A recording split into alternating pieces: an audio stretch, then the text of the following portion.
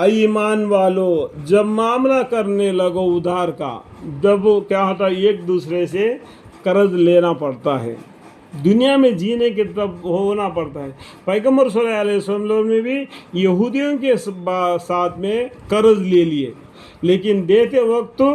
کچھ 1-2 روپیہ زیادہ دے دیے، سمجھ میں آ گیا؟ تو کیا گیا وہ وڈی نہیں، اس کا احسان کچھ جتلائے، ٹھیک ہے، اس کے بات کو مان لو۔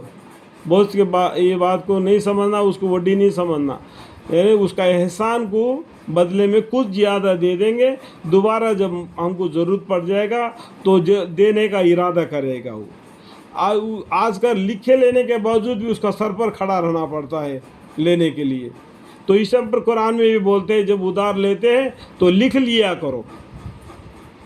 اے ایمان والو جب معاملہ کرنے لگو ادھار کا، ایک معین تک کے لیے، یعنی 1 سال 2 سال یا 3 سال یا 6 مہینے یا 3 مہینے میں دے گا، اس طریقے سے کاغذ میں لکھ کے اس کا سگنیچر کر کے گواہ بھی بنا کے لے لو، تو اس کو لکھ لیا کرو۔ یہ ضروری ہے کہ تمہارے آپس میں جو کوئی لکھنے والا ہو وہ انصاف کے ساتھ لکھے، اور لکھنے والا لکھنے سے انکار بھی نہ کرے، جیسا کہ اللہ تعالیٰ نے اس کو لکھنا سکھلا دیا، اس کو چاہیے کہ لکھ دیا کرے، اور وہ شخص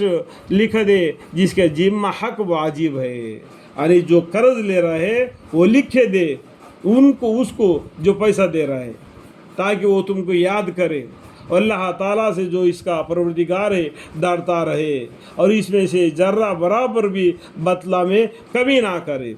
پھر جس شخص کے ذمہ حق واجب تھا وہ اگر خفیف العقل ہو یا ضعیف البدن ہو یا خود لکھنے کی قدرت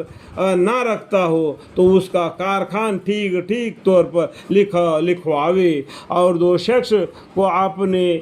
مردوں میں سے گواہ بھی کر لیا کرو، یعنی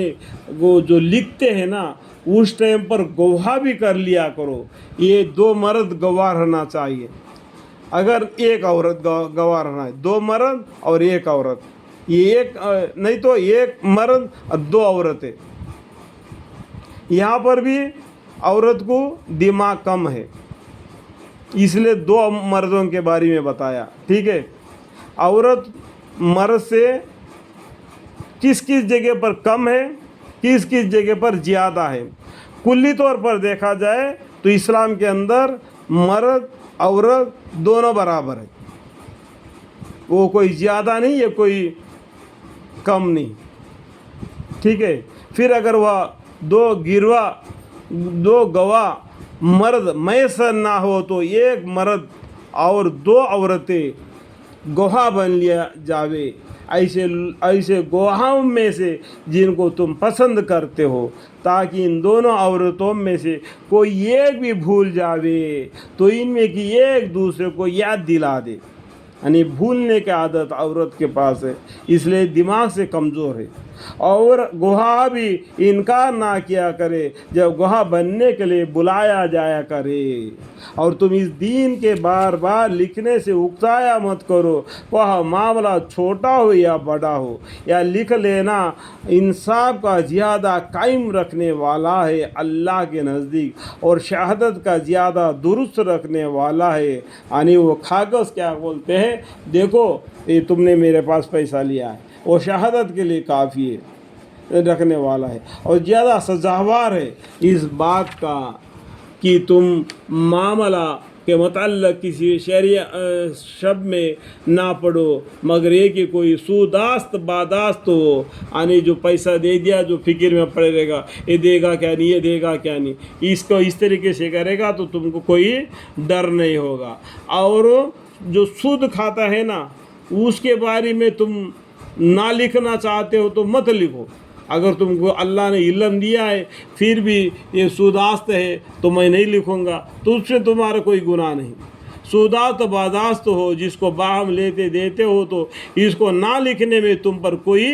الزام نہیں، اور اتنا اس میں بھی ضرور کر لیا کرو کہ خرید و فراخت کے وقت گواہ کر لیا کرو، خریدتے وقت بھی فراخت کرتے وقت بھی گواہ کر لیا کرو، اور کسی کا مخاطب کا تکلیف نہ دی جاوے اور نہ کسی گواہ کو، اور اگر تم ایسا کرو گے تو اس میں تم کو گناہ ہوگا۔ خدا سے ڈرو، اللہ تعالیٰ کا تم پر احسان ہے کہ تم کو تعلیم فرمایا ہے، اللہ تعالیٰ نے تم کو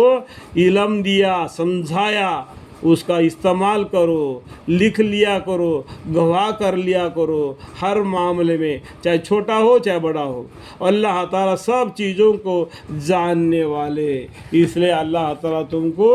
بتلاتے ہیں کہ تم اس طریقے سے عمل کرو۔ یہ بہت لمبی آیت ہے، بہت سی بڑی باتیں بتائے اس کے اندر، ٹھیک ہے، ایک پیج ہی پورا ہو گیا اس میں، تو اس کا معنی میں الگ سے پڑھتا ہوں۔